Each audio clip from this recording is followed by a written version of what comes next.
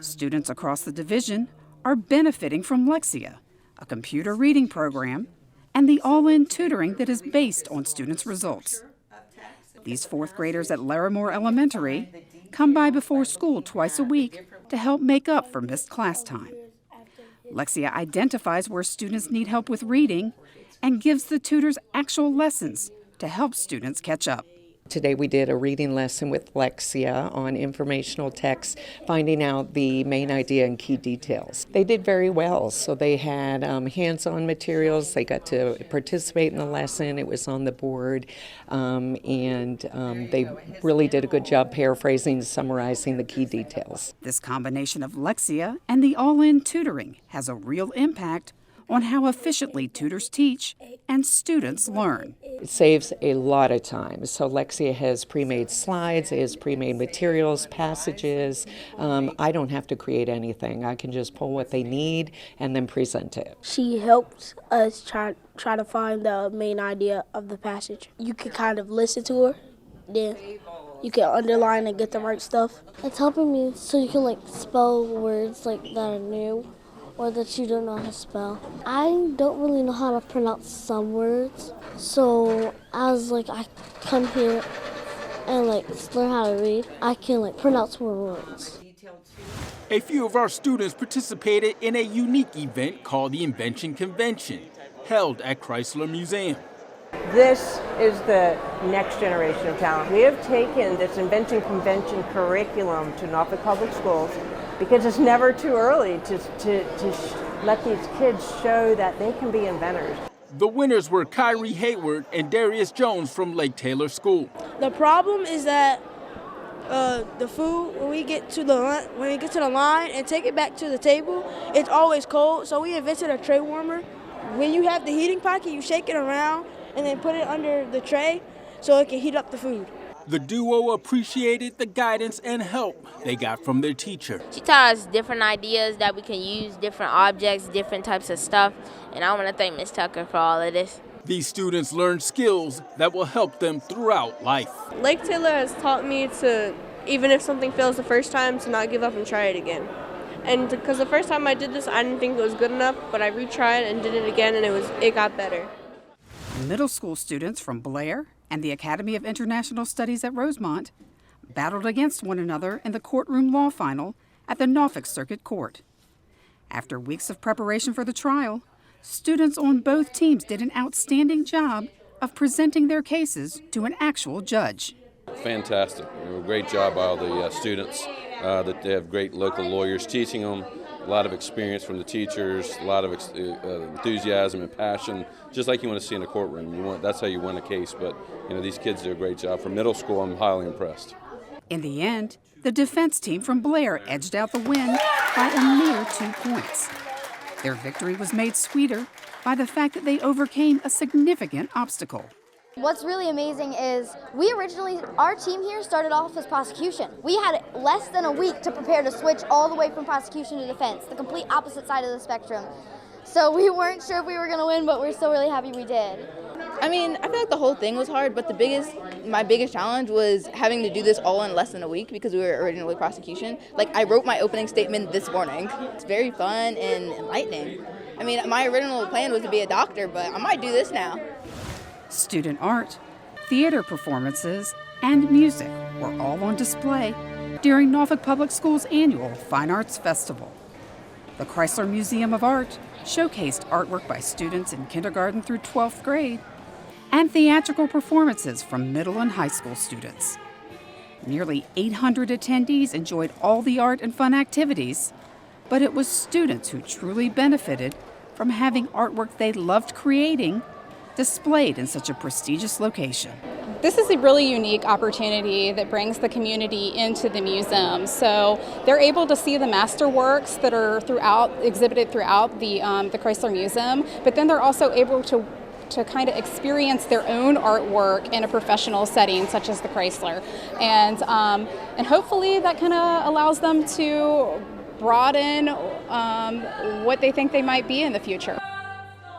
Later in the day, Booker T. Washington High School was the site for outstanding musical performances, as guests heard from the Strolling Silver Strings, and 2 all-city orchestras.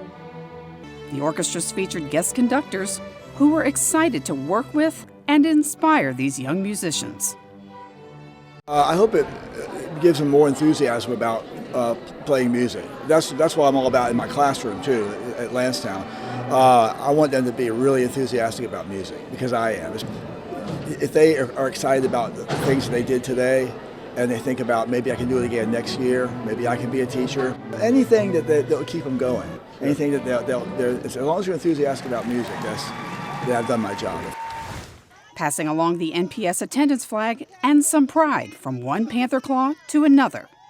St. Helena Elementary students and staff wrapped up their spirited Norfolk Public Schools attendance challenge by taking a ride over to Lindenwood Elementary to offer words of encouragement to their fellow Panthers. Lindenwood wasted no time getting to work, shining a light on great attendance, because good attendance leads to bright futures.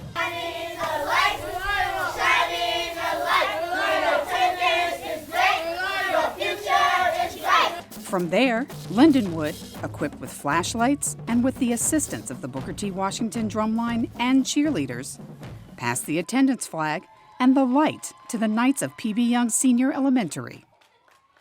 P.B. Young was the 22nd and final school to participate in this year's School-to-School Attendance Challenge. On May 3rd, the Knights hosted a fabulous heartwarming parade, complete with a custom-made attendance wrap, courtesy of local Amir driver.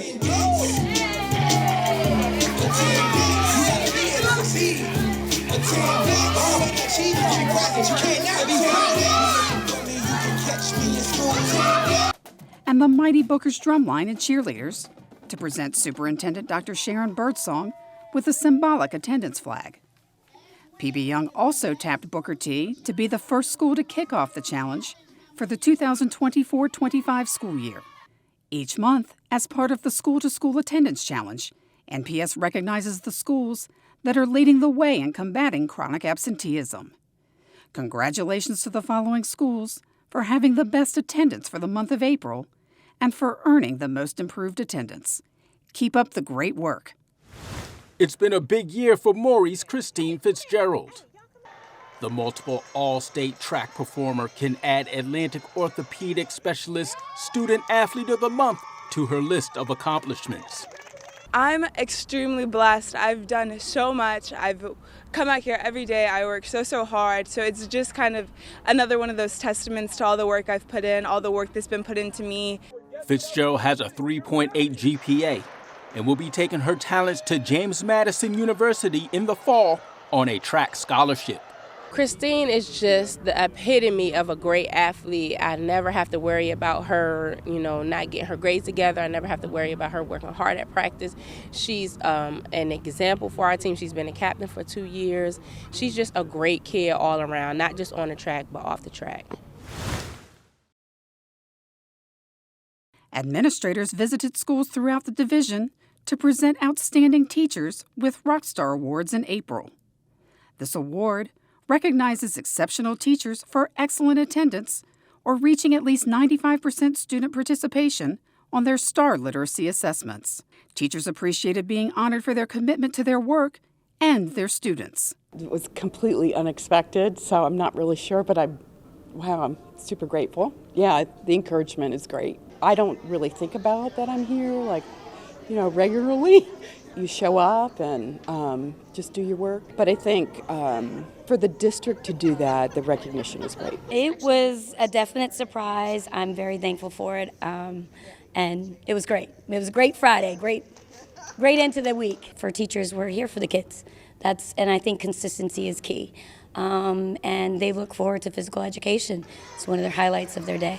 So being able to get them excited to be here, but move them as much as I can in 45 minutes and learn something along the way is something I take a lot of pride in. Service members from the USS George H.W. Bush were at nearly 20 of our schools in April as part of their 1,000 Points of Light Community Service Day. These dedicated sailors tidied up school grounds, painted picnic tables, and cheered on students in a parade. Over at Suburban Park Elementary, They had a lot of fun helping fifth graders with their science SOL review race. It shows the kids that our community is involved, that it's more of a partnership, and to see someone that is invested in their education to take the time out to come out today and to help them review for an upcoming state exam. Little Creek Elementary had service members stuffing envelopes, sorting books for distribution, and reading to some very bright second graders. They were all extremely helpful and enjoyed being back in a school. It's been a very long time, but it's good. It's good.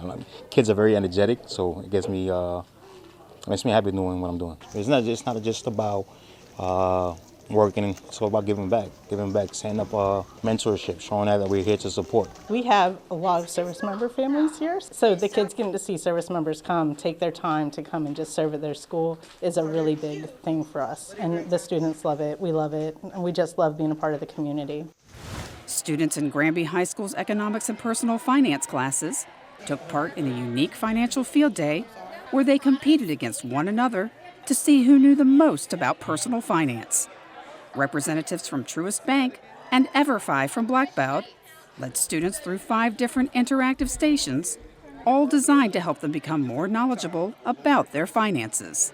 I know so many of us wish we had learned more about financial literacy in high school. So they're learning about credit scores, they're learning about savings, they're learning about identity protection. So different things that are going to really set them up for a successful future after high school. This is amazing for kids to learn because most people in high school don't really know how to manage their money. They're just worried about getting it.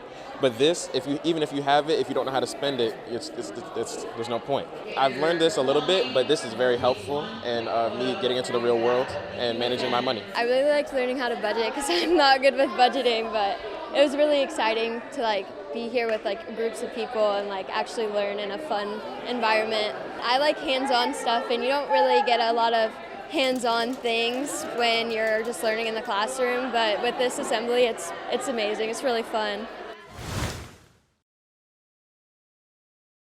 Military-connected fifth graders at Larchmont Elementary spent time on Fridays in April reading to younger students at the school. These students read military-related books and then answered questions from the class. That was one of their ideas as part of us celebrating the month of the military child here in April, for them to give back and also to help some of the younger kids maybe gain a better understanding of what it's like to be a military child. I was reading a book to my brother's class. They liked it. They paid close attention when I showed them the pictures. They seemed to like them. I wanted to be able to see my brother in the school day, and all his friends love me. I read to the second grade classes about what it's like to be on deployment and what it's like for the kids. They were very intent and they loved to listen, and they had a lot of really good questions too. I think it was important for me to do it to share what it's like and how it is, because there are a lot of kids that are feeling this way, and I wanted some kids to know. Norview High was the spot as a notable event took place. Spearheaded by PE teacher Mariah Stewart, with help from the Norview varsity baseball team, a challenger inning was played for some Norview students who have exceptional needs. Everyone deserves the chance to play a sport in high school. Physical disability, mental disability, intellectual disability. There's no reason why anyone shouldn't be able to do this. I thought it was a good look on us. I thought we really, it helped us as a team. It made us come together, help our fellow classmates. Just felt like we all just came together and it did a really good thing. For more stories and information about what's happening in Norfolk Public Schools, visit the NPS homepage and click on the YouTube link.